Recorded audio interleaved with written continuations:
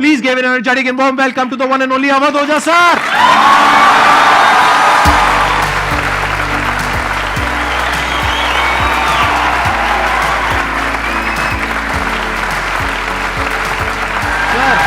Sir hello sir, क्या हाल चाल? बैठिए जी, बैठिए। आइए। Thank you. इससे पहले कि ऑडियंस आपसे कुछ क्वेश्चंस पूछे, मेरे माइंड में एक क्वेश्चन आ रहा है। आईएएस में कितने लोग हैं जो हर साल उसके लिए अपीयर करते हैं? 5 से 6 लाख के आसपास। और सीट्स कितनी है?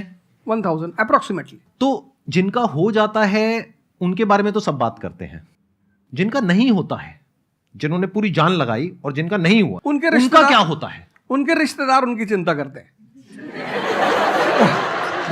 वो फिर उनकी चिंता करते हैं। नहीं मैं आ रहा हूं, मैं आपके क्वेश्चन पे आ रहा हूं। ये पॉइंट इंटरेस्टिंग है, मैं समझना चाहूंगा कैसे। मैं बताऊं। हाँ। मैं दोनों मुद्दों पे बता। हम सब हारने से डरते हैं, और मजेदार बात है कि वो डर हमारी हार की वजह बनता है।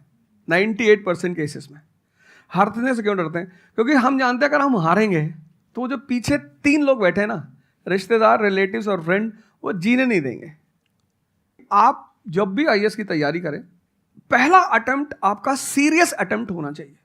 आपने तैयारी किया, बेसिक्स तैयार किए, आपने एडवांस कोर्स तैयार किया, आपने कम से कम मेंस के 1000 आंसर्स लिखे हैं और मिनिमम 10,000 प्रीलिम्स के क्वेश्चंस आप सॉल्व कर चुके हैं, तब आप एग्जाम देने जाइए। सिर्फ एक अटेम्प्ट दीजिए। जिसने भी पहला अटेम्प्ट सीरियस दिया, उसको दोबारा तैयारी नहीं करनी पड़ती, रिवीजन करना पड़ता है। भाई आप देखो ना, जितने सारे सेलेक्ट लड़के होते हैं उसमें बहुत सारे नौकरी कर रहे होते हैं, जॉब कर रहे होते हैं। कुछ लोग मुझसे पूछते हैं सर जॉब करते वक्त तैयारी हो सकती है? नहीं, जॉब करते वक्त तैयारी तो नहीं हो सकती, जॉब करते वक्त रिवीजन हो सकता है। 3 hours per day, 4 hours per day. तो मेरी एडवाइस ये है, क्योंकि ये एक बहुत रिस्की खेल है ये। मैं खुद ही बाहर हुआ, और फिर मैं कितने लोगों को देखता हूं जो 5-5, 6-6 अटेम्प्ट के बाद बाहर होते हैं। तो जिनको भी इस गेम में शामिल होना है, एक अटेम्प्ट सीरियसली आपका होता है, बहुत अच्छा है। आपको मैक्सिमम रिस्क लेना है तो आप 2 ले लो, उसके बाद आप अपना काम शुरू करो, जो आपका सेकंड लाइन थॉट था। कोई लॉयर बनना चाहता है, कोई मेडिकल लाइन में जाना चाहता है, कोई मतलब जो भी आप एंटरप्रेन्योर बनना चाहते हैं, आप करो, लेकिन अपने वो रिवीजन वाले 4 आवर बचा के रखो। आपने कितने अटेम्प्ट्स दिए थे सर? 4 अटेम्प्ट्स आपने दिए थे। और आपने कहीं से कोचिंग ली थी, यानी लाखों रुपए दिए थे कोचिंग में? नहीं, तब लाखों नहीं थे, तब हजारों थे। अच्छा, हजारों रुपए आपने खर्च करे थे, और आप एक मिडिल क्लास बैकग्राउंड से थे। तो टोटल 4 साल में आपका कितना पैसा लग गया होगा? रहना, खाना, पीना, और आपने तो पूरी तैयारी करी होगी, साथ में कुछ और नहीं किया होगा? I think so. कुछ नहीं किया, बिल्कुल। तो कितना आपका 4 साल में अच्छा खासा पैसा? 5-6 लाख रुपए लगे। 5-6 लाख रुपए उस समय लगे। आज के समय पे अगर किसी को कोचिंग लेनी है तो आई थिंक इससे 3-4 गुना, 5 गुना आराम से लगेगा। तो 15-20 लाख रुपए उस इंसान का लग गया, और वो है एक मिडिल क्लास बैकग्राउंड से। अब वो कहीं ऐसा तो नहीं कि वो ना यहाँ करा ना वहां करा 4-5 साल बाद? हाँ, वही मैंने कहा कि अब आप, जब हमारे समय तो ठीक था, अब आप रिस्क पूरा नहीं ले सकते। You have to be cautious.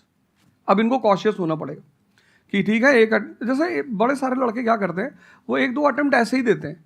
अब तो इनके पास 6 अटेम्प्ट है। ओबीसी हैं तो और ज़्यादा है, SC ST हैं तो और ज़्यादा है। और मैं कहूँगा आप किसी भी कैटेगरी से आते हैं, आप 2 अटेम्प्ट से ज़्यादा कभी मत मानिए। ये पॉइंट बहुत अच्छा है कि आइडियली आपको अपने माइंड में ये रखना है कि एक ही अटेम्प्ट है मेरे पास में, मैक्सिमम अगर आपकी फैमिली अफोर्ड कर सकती है तो 2 अटेम्प्ट है। उसके बाद में अपने काम पे ध्यान देना है, और इसको एज ए रिवीजन की तरह देखना है, मतलब इसको साथ साथ में चलाना है। ये नहीं कि अपने 5 साल या 6 साल लाइफ के सारे यही निकाल दिए और सारा पैसा घर वालों का लगा दिया, या उन्होंने खेत बेच दिया, या लोन ले लिया। ऐसी बहुत कहानियां मैंने सुनी है सर लोगों की, और बहुत ही दर्द होता है ऐसी कहानियां देख करके। ऐसे लोगों की जो कहानियां हैं वो उसको सुन करके बहुत ही बुरा लगता है अंदर से। चलिए आगे बढ़ते हैं जी। Sir, I wanted to ask how to fight the basically fear that we feel. Like there are lot many fears that we face, not only in studies but in each aspect of life. There is some kind of fear. How to fight that? How to come back? How to have that courage in life? Fear बड़ी प्यारी चीज है। हमने कुछ words को बड़ा negative बना लिया है। जैसे अब बच्चा है 2 साल का, उसको तो फियर होता नहीं, उसे कुछ पता नहीं, उसने कोबरा देखा, जाके पकड़ लिया। वो तो बाद में घर वालों ने देखा तो पता चला कि भैया कोबरा पकड़ के घूम रहा है। लेकिन हम बड़े हो गए ना, अब हम कोबरा देखेंगे तो वो हमारी बॉडी की जो मैकेनिज्म है वो हमें वार्न करेगी, अलर्ट करेगी। That is natural fear. वो अच्छी चीज है। जिस चीज की आप बात कर रहे हो वो फियर नहीं है, वो ओवर थिंकिंग है। आज का जो युवा है वो फियर से परेशान नहीं है, वो ओवर थिंकिंग से परेशान है। अब ये ओवर थिंकिंग क्यों है, उस फैक्टर पे आते हैं। ओवर थिंकिंग की वजह क्या है? ओवर थिंकिंग की वजह यह है कि आज का समाज इतना एक्सपैंड कर चुका है। You are outside your house, तुमको तुम्हारी दोस्त मिल गई कि मैं कल लंदन से आई, क्या लाइफ है लंदन में यार, और मैं तो ये कर रही वो कर रही। आपको लगा हम ही पागल है यार, आईएएस की तैयारी कर रहे। फिर शाम को किसी फ्रेंड का फोन आ गया कि मैं तो अब ऑस्ट्रेलिया जा रही हूँ, मैं तो वहीं सेटल हो जाऊंगी। 90s में हमारे पास इतने स्कोप नहीं थे। हमारी जो लाइफ थी वहां ओवर थिंकिंग इसलिए नहीं थी, आपने भी सर देखा होगा, क्योंकि हमारे पास इतने स्कोप नहीं थे। आज तुम्हारी जनरेशन में यू हैव मल्टीपल फील्ड्स, मतलब इतने सारे फील्ड्स ओपन है। तो जब तुम घूम के चारों तरफ देखते हो और तुम देखते हो कि तुम्हारे ही साथ के लोग बड़ी सारी फील्ड में एक्सेल कर रहे हैं, काम कर रहे हैं, अर्न कर रहे हैं, तो तुम्हारा दिमाग भागना शुरू करता है। फिर क्या होता है, हमारे पेरेंट्स हमसे ज्यादा ओवर थिंकिंग करते हैं, क्योंकि बड़े हमको लेकर कॉशियस होते हैं। हाँ। एक हमने ओवर थिंकिंग की, हम अपना संभाल लें किसी तरह। हम घर के अंदर गए, मम्मी रो रही है कि वो निशा मिली थी, 20 लाख का पैकेज है उसका। दूसरा प्रेशर तुम्हारे ऊपर आ गया। ये जो प्रेशर्स हम मल्टीपल फेस करते हैं, तो एक तुम्हारा प्रेशर, एक माँ बाप का प्रेशर। पता लगा बुआ जी ने रात में फोन कर दिया, क्या कर रही हो जी? तुम सारे लोग प्रेशर से लड़ रहे हो इस वक्त, मल्टीपल फ्रंट पे। ये कोई फियर वुअर नहीं है। ये प्रेशर दूर कैसे होगा, इस पे थोड़ी सी बात कर ले। जहां इंटरनल ताकत है वहां कॉन्फिडेंस है। आज का युवा क्या कर रहा है? बादाम का तेल लगा रहा है, बादाम की क्रीम लगा रहा है, बादाम का साबुन लगा रहा है, खा रहा गुटखा।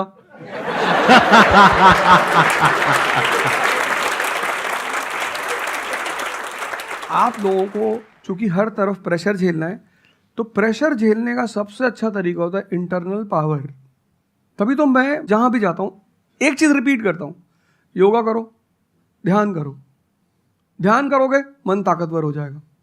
सर, आपने जैसे कि अभी बोला कि मेंटल स्टेट के लिए एक्सरसाइज करो, योगा करो। तो पहले तो मैं फिजियोथेरेपिस्ट हूँ, ठीक है। मैं सुबह से मतलब योगा एक्सरसाइज है मेरा डेली रूटीन है, करना भी और कराना भी। उसके बाद भी at the end of the day मैं डिप्रेस हो जाती हूँ। ये नहीं कि मन नहीं लगता, इस चीज़ में ही मन लगता है, फैमिली से भी पूरा मन लगता है, ठीक है। उसके बाद भी end of the day depress हो जाती हूँ। तो उसको डिप्रेशन कैसे कम करी जाए? हम किसके साथ रहते हैं वो बहुत इंपॉर्टेंट है। मेरे एक दोस्त मेरे साथ आ रहे थे आज से करीब 7-8 साल पहले, धौला कुआं से। रात का टाइम था और हम दोनों, मैं गाड़ी चला रहा था, हम इंडिया गेट के सामने से निकले तो उन्होंने मुझसे कहा कि अब हम बुढ़े हो गए हैं। मैंने गाड़ी रोकी, मैंने कहा उतरो। तो उन्होंने कहा कि क्या हुआ? मैंने कहा उतरो, तो उतरो जरा। उतर गए, मैंने दरवाजा बंद करो, चले गए। आज तक मैंने उनसे बात नहीं की। वो उनसे पूछते हैं आज, अब तो खैर बात ही नहीं होती, पर वो बहुत उन्होंने कोशिश की कि अवध क्या हुआ? तुम दिन भर अपने आप को मोटिवेट करती हो, काम करती हो, जब तुम वापस घर में आती हो, अपने समाज में जाती हो, तो सब तुम्हारे मेंटल स्टेटस का थोड़ी है, वो तुम्हारी सारी ऊर्जा को खींच लेते हैं।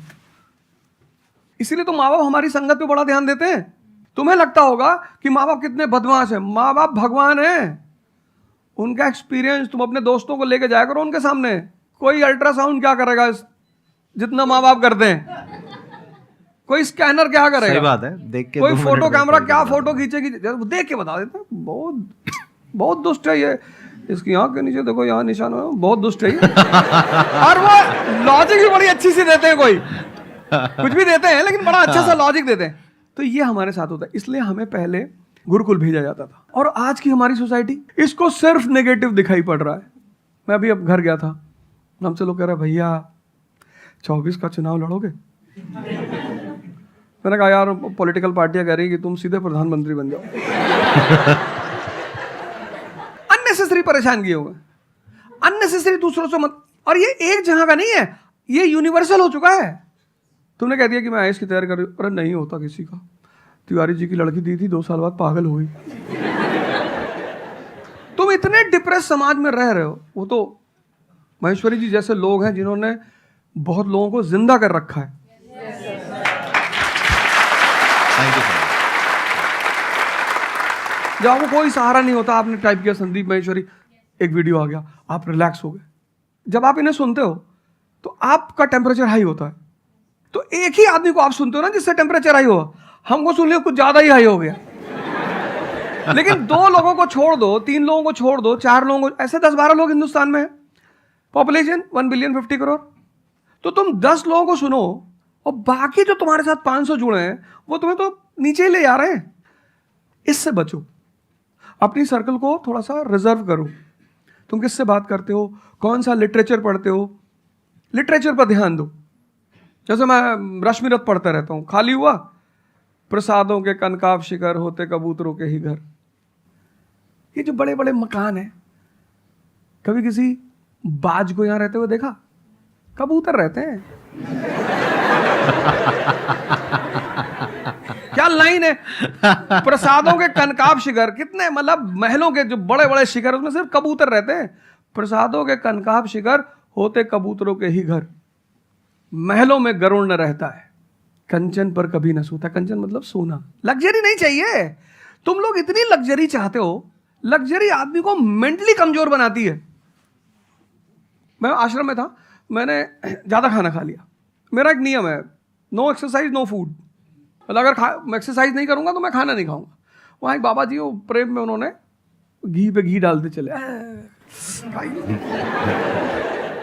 मैंने कहा खा लो। फिर वो हुआ कि भाई यहाँ घूमेंगे, चारों तरफ जंगल है, डरा दिया इन लोगों ने। एक बार एक भालू एक आदमी की टांग काट के ले गया। अरे मैंने कहा आज कोई भालू वालू नहीं आएगा, मैं जाऊंगा। फिर मैंने 4-5 लोगों को तैयार किया अपने साथ, उनको थोड़ा मोटिवेट किया कि जंगल में घूमने से ऑक्सीजन लेवल बढ़ता है। वो लोग भी तैयार हो गए कि चलो। तो हमारे साथ एक साहब अमेरिका से आए हुए थे, वो भी वॉक करने निकले, बोले हम भी चलेंगे। मैंने कहा भाई साहब क्यों जा रहे हो? कहते हम भी चलेंगे। मैं उनका नाम नहीं लूंगा। 1 किलोमीटर के बाद उन्होंने मुझसे कहा मेरे बैग में यहाँ बहुत पेन हो रहा है। 1 किलोमीटर। तुम लोगों ने पता है अपने आप को कष्ट देना छोड़ दिया है। You are dying for luxury, you have become weak physically and mentally. थोड़ा थोड़ा सा कष्ट दो अपने आप को, थोड़ा टेम्परेचर हाई रखो, थोड़ा बड़े टेम्परेचर वालों के साथ रहो। हमने अपने आप को कष्ट, हम कौन सी नॉवेल पढ़ रहे हैं? Half girlfriend. अच्छी है, अच्छी है, अच्छी, मैं ये नहीं कह रहा हूं, मैं कुछ बोल देता हूं। अच्छी है मतलब आपने पढ़ी है।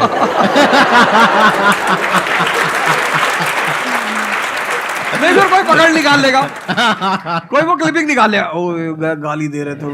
नहीं, आपने बहुत सारी गलतियां कर दी, आपकी जनरेशन ने अपने को कष्ट देना छोड़ दिया। हाँ। आप पढ़िए बड़े बड़े लोगों, अंबेडकर को पढ़ो, उनका जीवन संघर्षों का, प्रभु राम का जीवन पढ़ो। ये सब संघर्ष, ये सब लोग हैं जिन्होंने जीवन में लड़ाइयां लड़ी हैं। आपने उनको साइडलाइन कर दिया।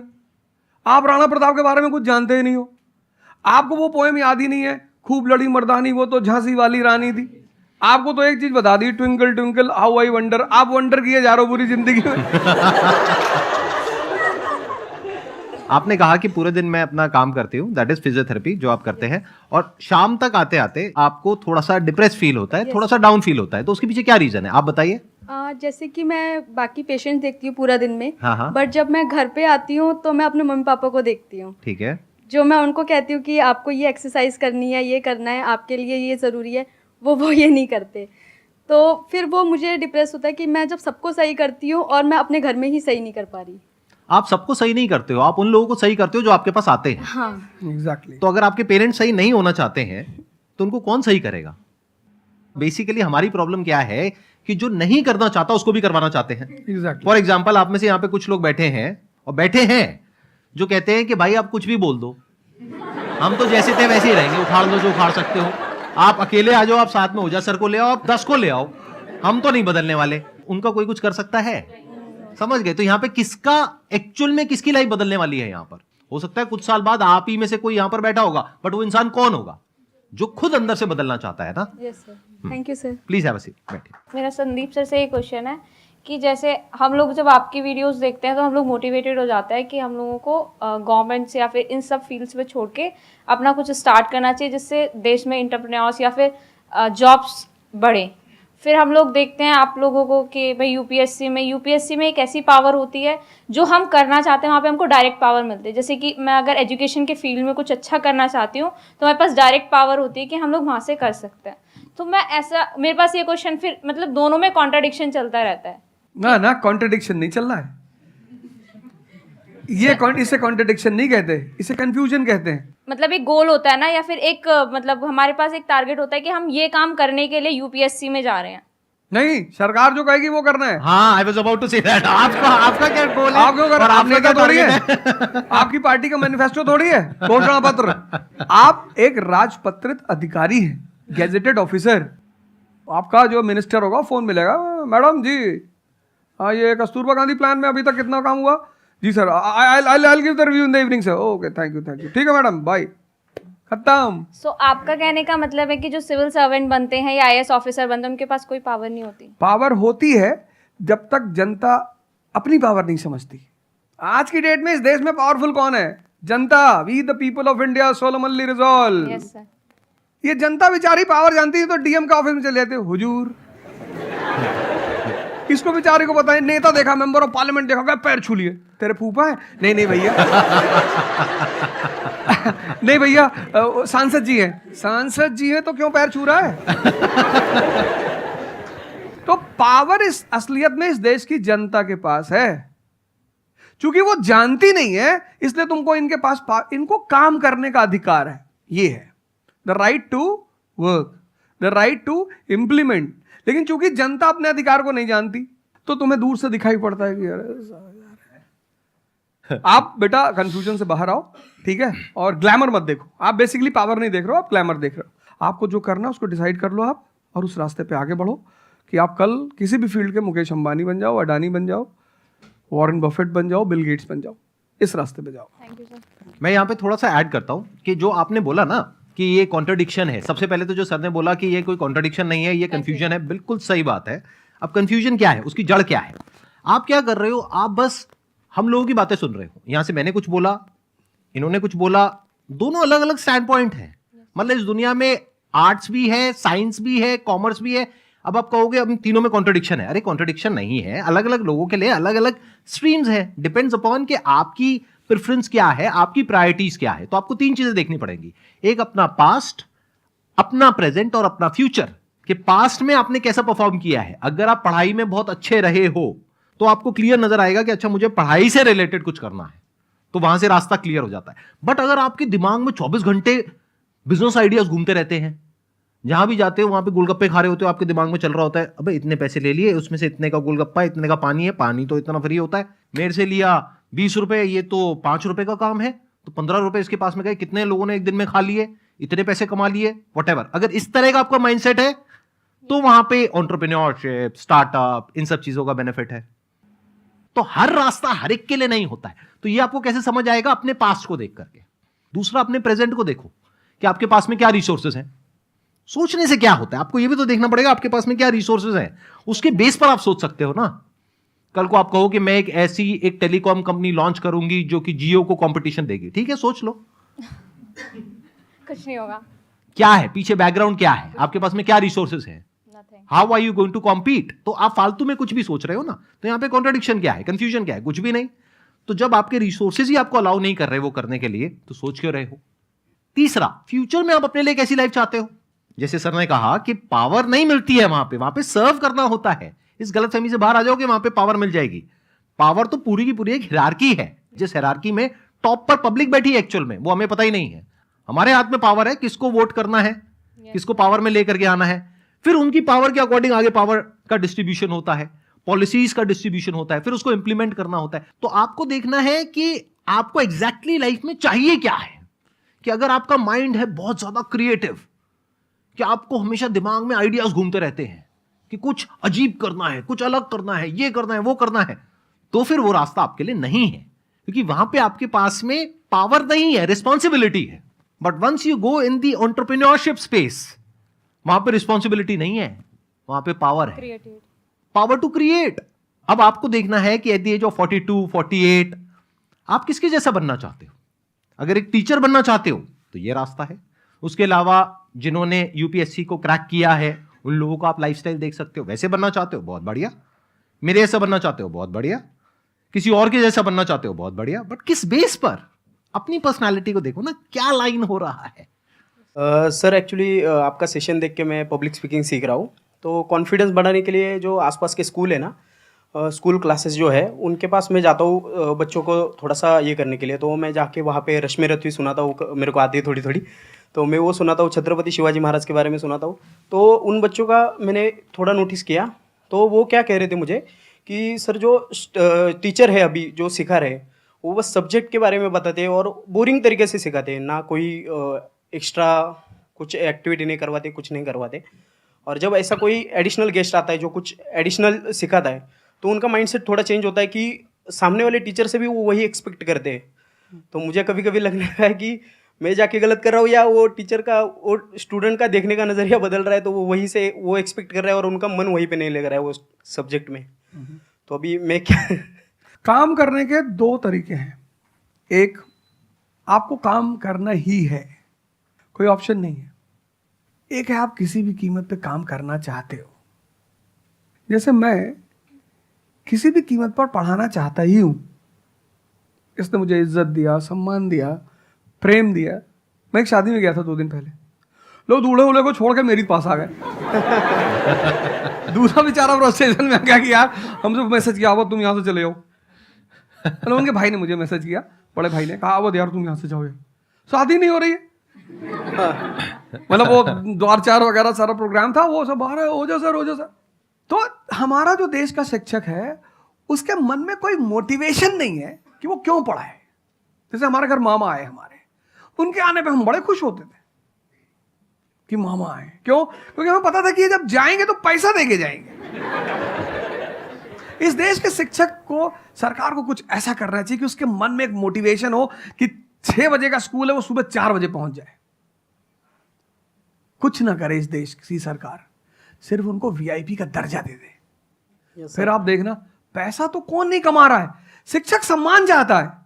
तो मैं अपने टीचरों से पुराने मिलता हूं, तो जैसे कहीं मिल गए वो सड़क पे, मैं खड़ा हो गया, रोक दिया सब, हाँ सर, पैर चले, तुरंत ऐसे सीना उन्हें चौड़ा कर लेते हैं कि हमारा बच्चा है जी।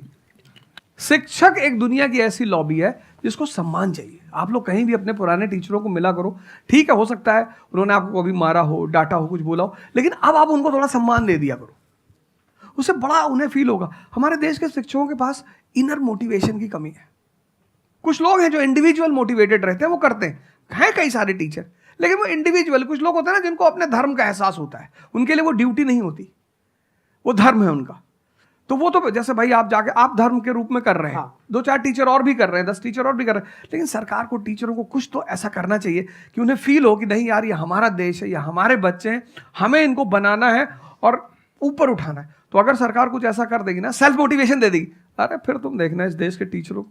सर, इसमें आपसे बात करते करते ना मेरे माइंड में एक सॉल्यूशन आ रहा है, क्योंकि एज एन एंटरप्रेन्योर मेरे माइंड में सिस्टम्स एंड प्रोसेसेस घूमते हैं। मतलब मेरे माइंड में ये घूमता है कि कैसे एक प्रॉब्लम है उसको सिस्टम में कन्वर्ट कर दिया जाए, जो कि वो काम अपने आप हो जाए। क्योंकि ऐसे बहुत ही कम टीचर्स होंगे जो अंदर से मोटिवेटेड होंगे। तो ये थ्योरेटिकली तो बड़ा अच्छा लग रहा है सुनने में, बट हजारों में कोई एक आध होगा। बिल्कुल। तो अब मेरा स्टैंड पॉइंट क्या है कि क्या हो अगर जैसे हम ई-कॉमर्स वेबसाइट्स पे जाते हैं, वहां पे प्रोडक्ट के रिव्यूज होते हैं। रिव्यू कौन देता है? जो कस्टमर है। तो टीचर का रिव्यू कौन दे सकता है? जो बाहर बैठा है उस कमरे से वो, या जो कमरे के अंदर बैठे हैं। तो अगर कुछ ऐसा सिस्टम हो जाए, एक ऐसा प्लेटफॉर्म बन जाए गवर्नमेंट का जहां पे सारे टीचर्स लिस्टेड हो और based upon the number of reviews and the quality of reviews उनको रिवॉर्ड दिया जाए अच्छा ऑटोमेटिकली। कि मतलब जो नंबर 1 पे आया उसकी सैलरी डबल, कि अगर उसकी 50,000 है तो 1 लाख। बहुत अच्छा सोल्यूशन।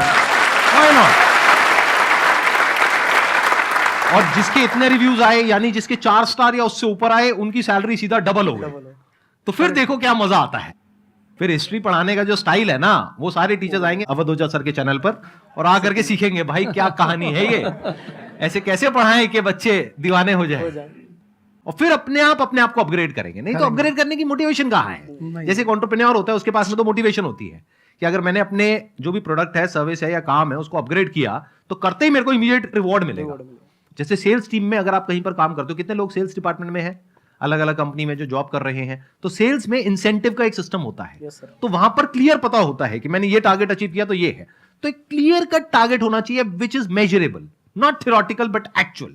ऑब्जेक्टिव नॉट सब्जेक्टिव, कि ऑब्जेक्टिव एक टारगेट होना चाहिए in terms of numbers which can be calculated, and a transparent system जहां पे स्टूडेंट्स वोट करेंगे और जो टीचर्स जीतेंगे पूरे इंडिया लेवल पे या स्टेट लेवल पे उनको बुला करके जो हमारे देश के प्रेसिडेंट हैं या प्राइम मिनिस्टर हैं वो आकर के रिवॉर्ड देंगे। Yes sir.